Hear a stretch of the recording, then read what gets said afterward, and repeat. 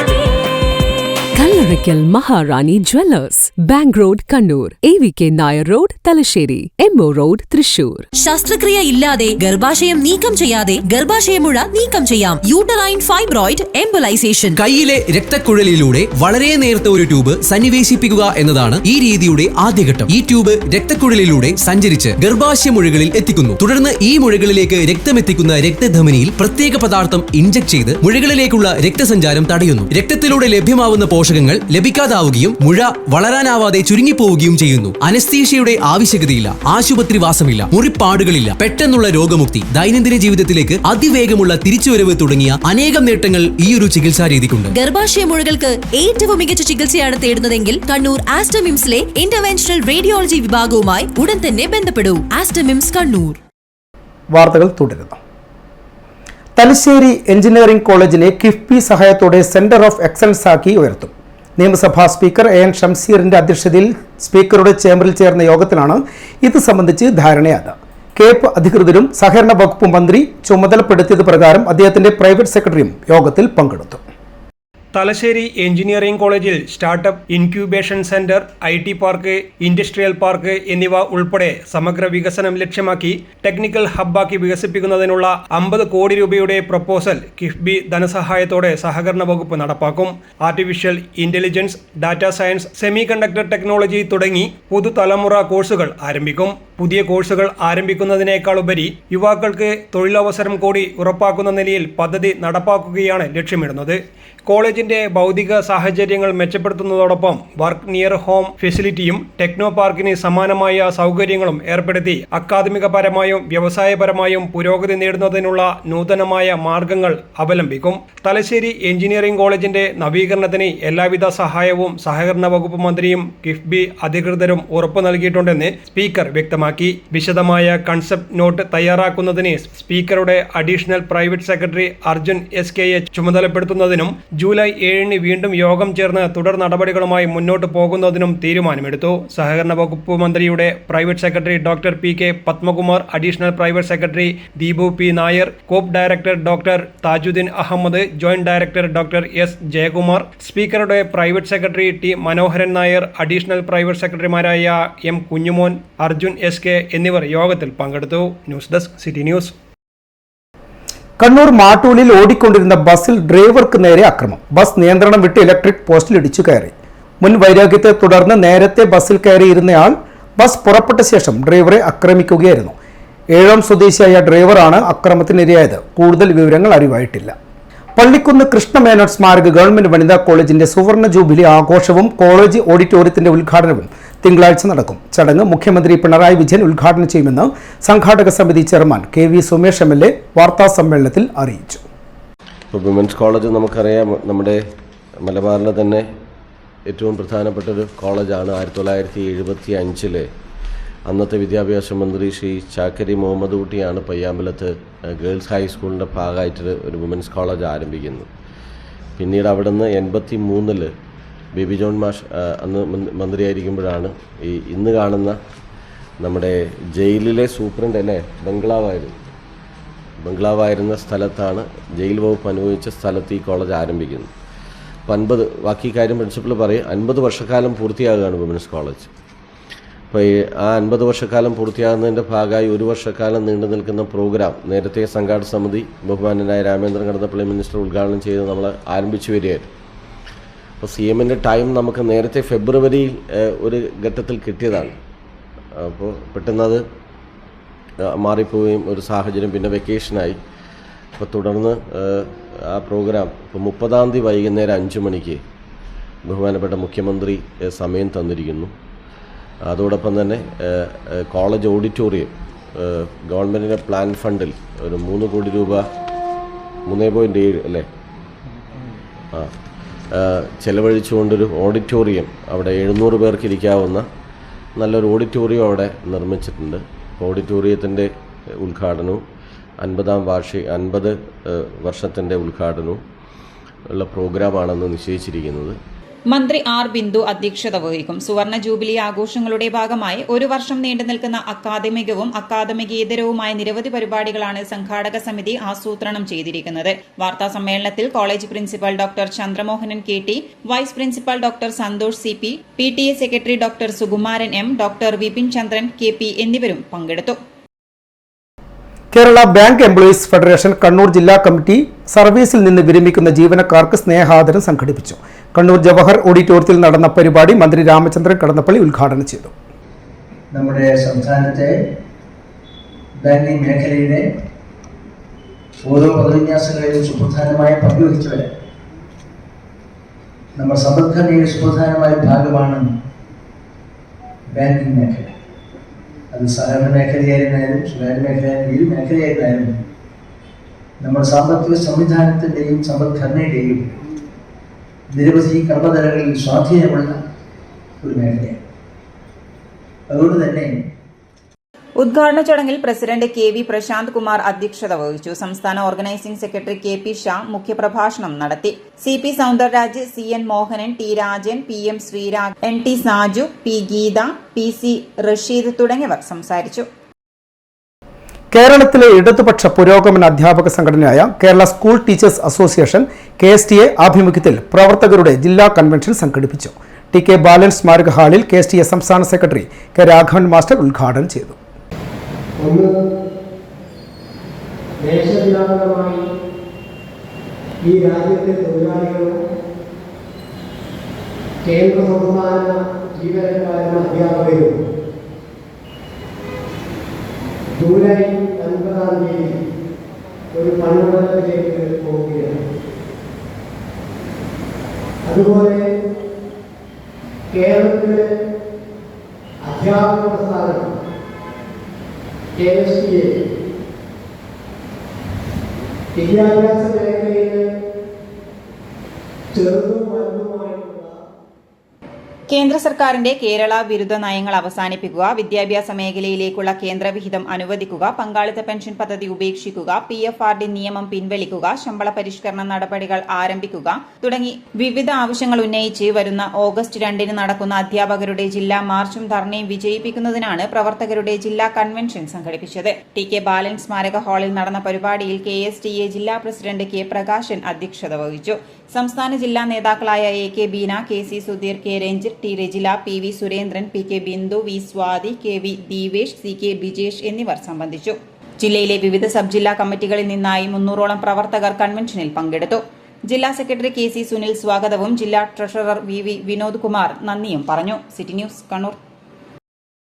Kizhunna south UP സ്കൂളിൽ LSS USS SSLC ഉന്നത വിജയം കരസ്ഥമാക്കിയ കുട്ടികൾക്കുള്ള അനുമോദനവും കമ്മ്യൂണിക്കേറ്റീവ് ഇംഗ്ലീഷ് ക്ലാസ് ഉദ്ഘാടനവും സോഷ്യൽ സയൻസ് ക്ലബിന്റെ ആഭിമുഖ്യത്തിൽ രക്ഷിതാക്കൾക്ക് ലഹരി വിരുദ്ധ ബോധവൽക്കരണ ക്ലാസും നടന്നു.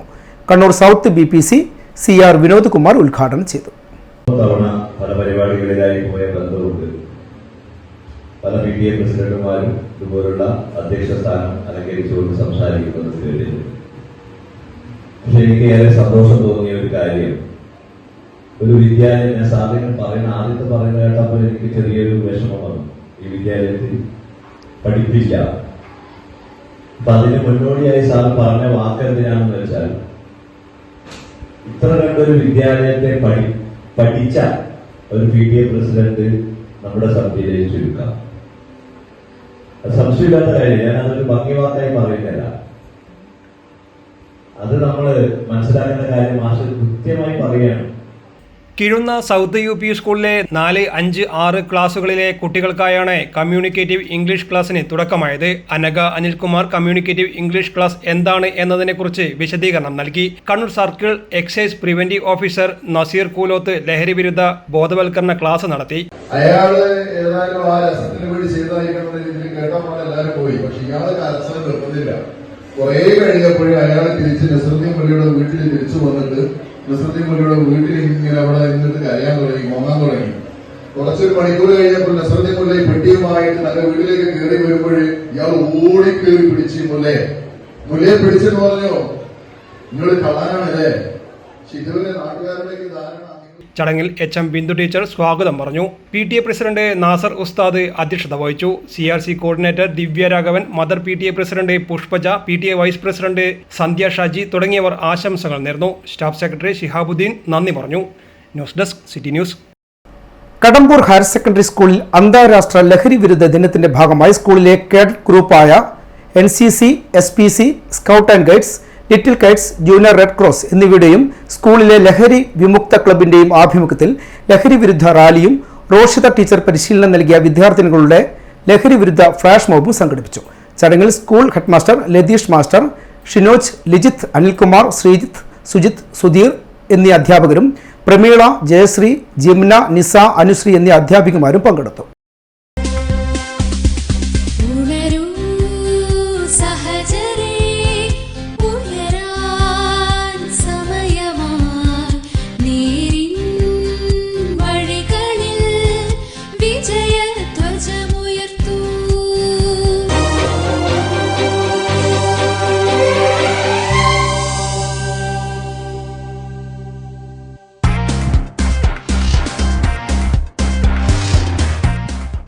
ലഹരി വിരുദ്ധ ദിനാചരണത്തിന്റെ ഭാഗമായി വനിതാ ശിശു വികസന വകുപ്പ്, ജില്ലാ ശിശു സംരക്ഷണ യൂണിറ്റ്, ORC എന്നിവയുടെ സംയുക്ത ആഭിമുഖ്യത്തിൽ അറിയാം പകരം അവബോധ ക്വിസ് സംഘടിപ്പിച്ചു.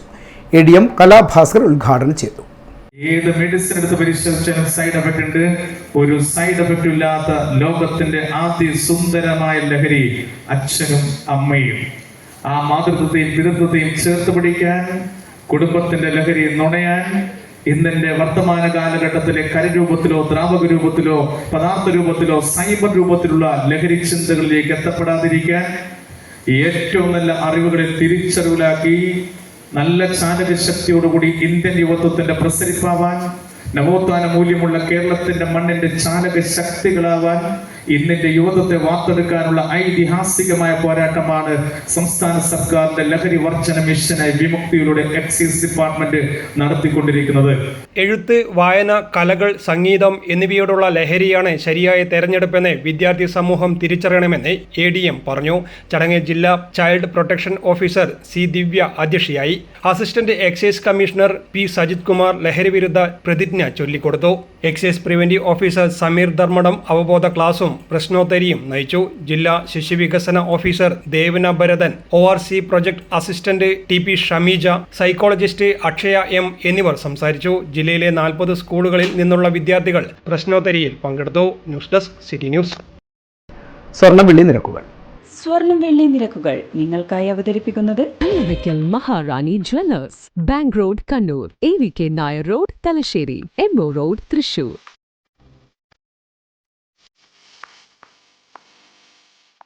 സ്വർണം ഗ്രാമിന് 8,930, പവന് 71,440 രൂപ, വെള്ളി 117 രൂപ. അവസാനമായി പ്രധാന വാർത്തകൾ ഒരിക്കൽ കൂടി. ദേശീയപാത വികസനം വേണ്ടത്ര പഠനം നടന്നോ എന്ന് സംശയം. പാരിസ്ഥിതിക കാര്യങ്ങൾ മനസ്സിലാക്കിയില്ലെന്ന് ജില്ലാ പരിസ്ഥിതി ഏകോപന സമിതി റിപ്പോർട്ട്. ക്രമക്കേടുകൾ ജനങ്ങളിലെത്തിക്കാൻ ജാഥ നടത്താനും തീരുമാനം. തലശ്ശേരി എഞ്ചിനീയറിംഗ് കോളേജിനെ സെന്റർ ഓഫ് എക്സലൻസ് ആക്കി ഉയർത്തും. പ്രഖ്യാപനം നടത്തി സ്പീക്കർ AN ഷംസീർ. സഹായവുമായി കിഫ്ബി രംഗത്ത്. AI സാങ്കേതിക വിദ്യാ കോഴ്സുകൾ ആരംഭിക്കുമെന്നും ബന്ധപ്പെട്ടവർ. ശമ്പള പരിഷ്കരണ നടപടികൾ ആരംഭിക്കണം. KSTA ജില്ലാ പ്രവർത്തക കൺവെൻഷനിൽ ആവശ്യം. വിവിധ ആവശ്യങ്ങൾ ഉന്നയിച്ച് ഓഗസ്റ്റ് 2 അധ്യാപകരുടെ ജില്ലാ മാർച്ചും ധർണയും. കൺവെൻഷനിൽ വിവിധ സബ് ജില്ലാ കമ്മിറ്റികളിൽ നിന്നായി പങ്കുചേർന്നത് 300ഓളം പ്രവർത്തകർ. വാർത്താ ബുള്ളറ്റിൻ ഇവിടെ അവസാനിക്കുന്നു. നമസ്കാരം.